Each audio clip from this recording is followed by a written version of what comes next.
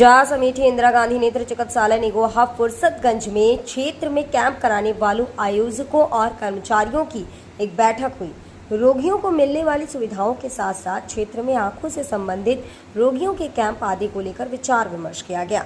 कर्मचारियों को संबोधित करते हुए इंदिरा गांधी आई हॉस्पिटल के सीएमओ मुख्य चिकित्सा अधिकारी डॉक्टर मोहम्मद शाह जकी सिद्दीकी ने आयोजकों को संबोधित करते हुए कहा कि हमारे चिकित्सालय इंदिरा गांधी आई हॉस्पिटल का मिशन है कि क्षेत्र में आंख से संबंधित रोगियों की जांच और उपचार किया जाए।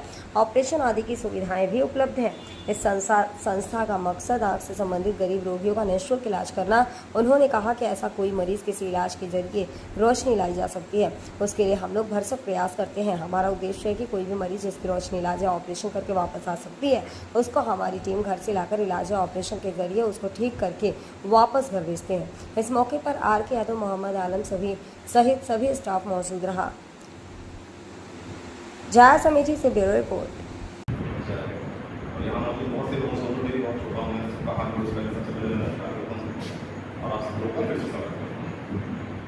अभी बहुत सारी चीज़ें तो सचिन जी ने, हमारे जो मैनेजर हैं, और यादव जी ने बता दी, और उनके बाद जो बहुत सारी चीज़ें थी वो वाजपेयी जी ने, शर्मा जी ने, हमारी सचिव ने, यादव जी ने, सभी ने बता दी।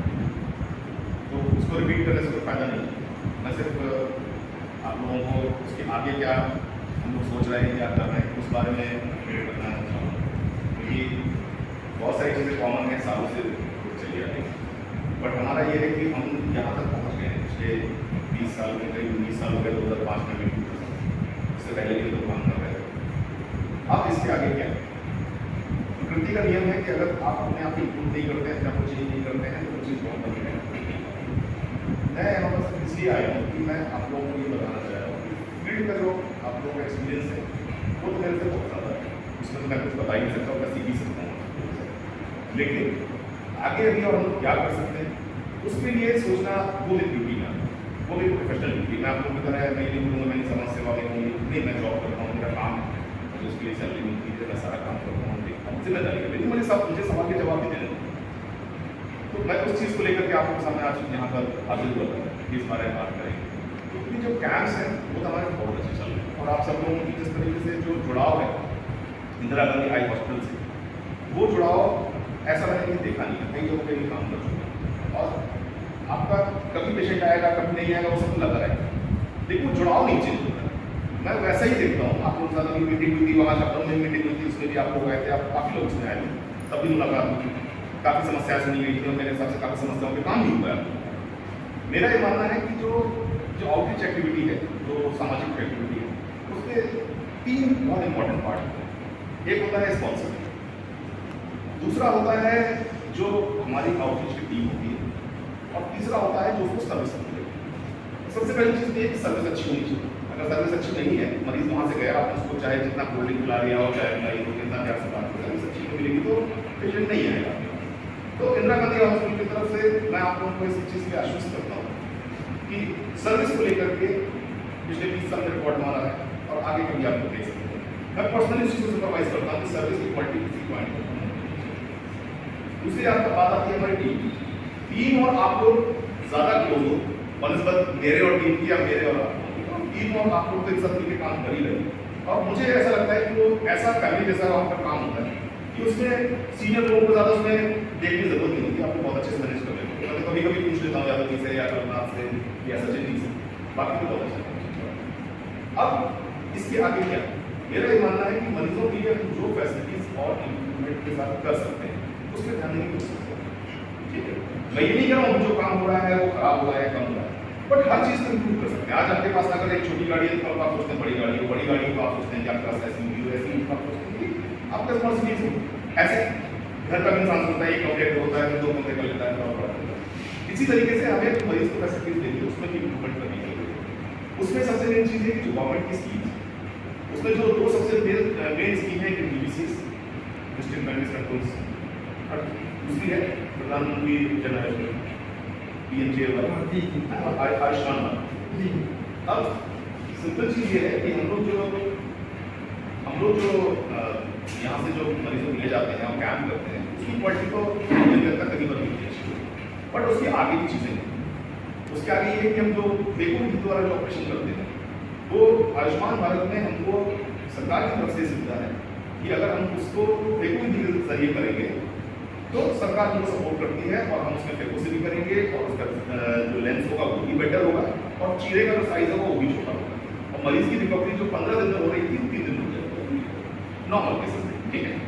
तो हमको उस चीज़ को इनकरेज और इनकरेज में भी ये है कि हमें कैंप्स जाते हैं 30 पेशेंट आए 30 लोगों में 8 केस आयुष्मान के हैं 10 केस आयुष्मान के, कभी कभी आयुष्मान ज़्यादा दे रहा है। मेरा आप सब लोगों को सुझाव है, बाकी तो यादव जी ने इस चीज़ को आप इम्प्लीमेंट कराने आपको हेल्प करेंगे कि आप जो भी कैंप करें अगर आपके पास मैन पावर है, एक आदमी आपके पास है, आप लोग अपने कैंप में एक आयुष्मान कार्ड बनाने वाला एक टेस्ट जरूर करते हैं, ठीक है। उसमें क्या क्या चीज़ें चाहिए, क्या क्या चीज़ें नहीं चाहिए, सिर्फ मोबाइल पर एक ऐप होता है, उसमें आप देख के बता सकते हैं किसका बन सकता है किसका नहीं बन सकता। मैंने माना कि जिस दिन कैंप लगा उस दिन आपने जिन लोगों को रजिस्टर किया आयुष्मान के लिए उनका नहीं हो पाएगा आयुष्मान, बट आपके तो रेगुलर कैंप लगते हैं ना, अगली बार हो जाएगा। अगर आप आयुष्मान कार्ड बनवाते हो तो उन मरीजों को सिर्फ आँख का नहीं बाकी चीज़ों का भी बहुत फायदा मिलेगा।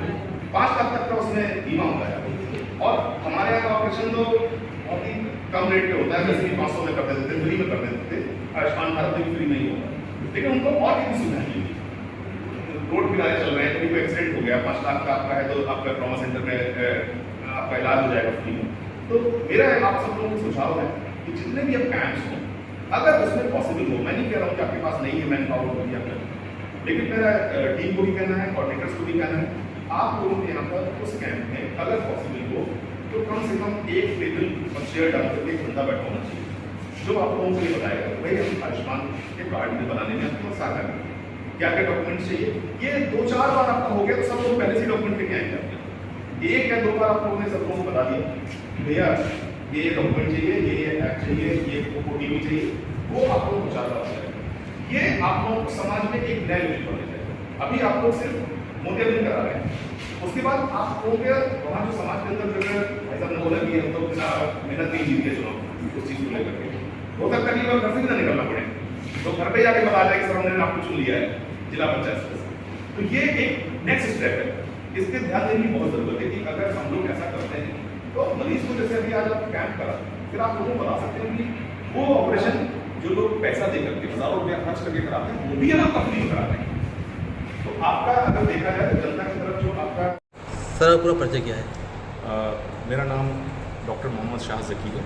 मैं निगोहा में स्थित इस फुर्सतगंज आई हॉस्पिटल का CMO हूँ, चीफ मेडिकल ऑफिसर।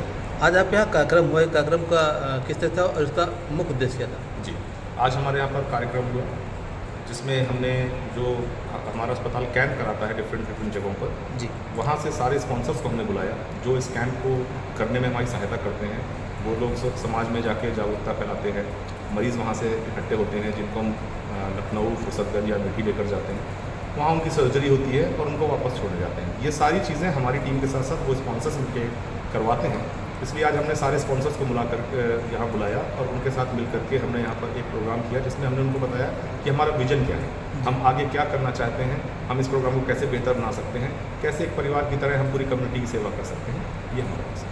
सर एक चीज़ बताइए कि ये जो संस्था चल रही है क्या ये राव संजय गांधी इंस्टीट्यूट से है इसका ताल्लुक?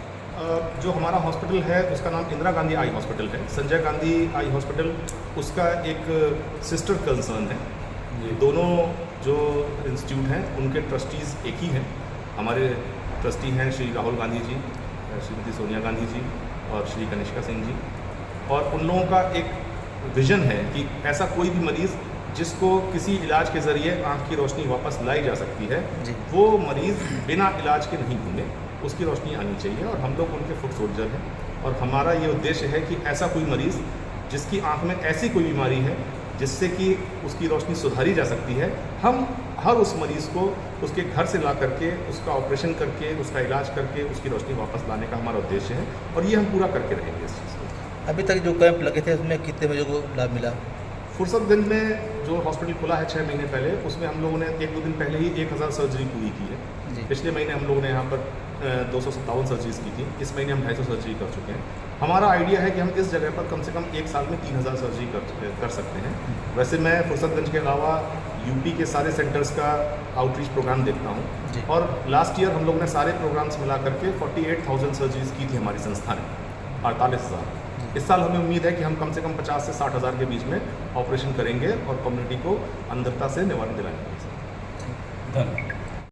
डॉक्टर साहब को परिचय किया बराबर। मेरा नाम KS यादव है, मैं इंदिरा गांधी हॉस्पिटल में सीनियर प्रोग्राम मैनेजर हूँ। आज आप क्या कार्यक्रम था, क्या कार्यक्रम किस तरह था जो और इसका मुख्य उद्देश्य क्या था? आज का कार्यक्रम हालांकि बहुत शॉर्ट इन्फॉर्मेशन में था ये, लेकिन फिर भी आज टोटल हमारी टीम को मिला के 18 लोग थे। जी। इसमें जगह जगह से स्पॉन्सर्स लोग आए थे और स्पॉन्सर जो मतलब फील्ड में कैंप रखते हैं उसमें मदद करते हैं और बिना किसी कुछ लिए मदद करते हैं, वॉलंटरी मदद करते हैं। जी। और इनका बहुत बड़ा योगदान रहता है। मैं तो कहता हूँ कि स्पॉन्सर इस प्रोग्राम की बैकबोन है। तो आज के प्रोग्राम में खासकर मैं देखता था कि मैं बताना चाहूँगा कि लोगों ने अपना एक्सपीरियंस शेयर किया, किसने कैसे बेहतरीन कैंप किए हैं, कौन कौन से टूल्स यूज़ किए हैं, माइकिंग करना, तो पम्पलेट छिपा के बनवाना, लोगों की मदद करना, ये सब चीज़ में चर्चा उन्होंने किया। शुरुआत तो उनकी स्वागत से किया गया, हमारे सचिव जी स्वागत किया, उसके बाद मैं भी उसमें रहा। फिर साथ में जो हमारे बहन व्यक्ति थे वो डॉक्टर जकी साहब थे जो कि CMO है, और CMO के साथ साथ वो आउटरीच प्रोग्राम के इंचार्ज भी हैं। तो उन्होंने काफ़ी बेहतरीन जानकारी दी। खासकर उन्होंने कहा कि जो सरकारी योजनाएँ हैं उनका हमको ज़्यादा यूज़ करना है, क्योंकि वो सब गरीब लोगों की रहती है। जैसे आयुष्मान कार्ड है या फिर DPCS तो हम देते ही हैं। तो इस तरीके की योजना जिनके पास कार्ड नहीं है तो कैसे कार्ड बनवा सकते हैं, उनको कैसे हेल्प कर सकते हैं, वो भी चर्चा स्पॉन्सर लोगों से किया गया। तो ये सारी चर्चा हुआ और स्पॉन्सर के एक दूसरे अनुभव उन्होंने शेयर किए, वो बहुत गजब अनुभव थे। जैसे गुरु वाजपेयी थे, शर्मा जी थे, वीरेंद्र जी थे, ऐसे इन लोगों ने अपने अनुभव भी शेयर किए।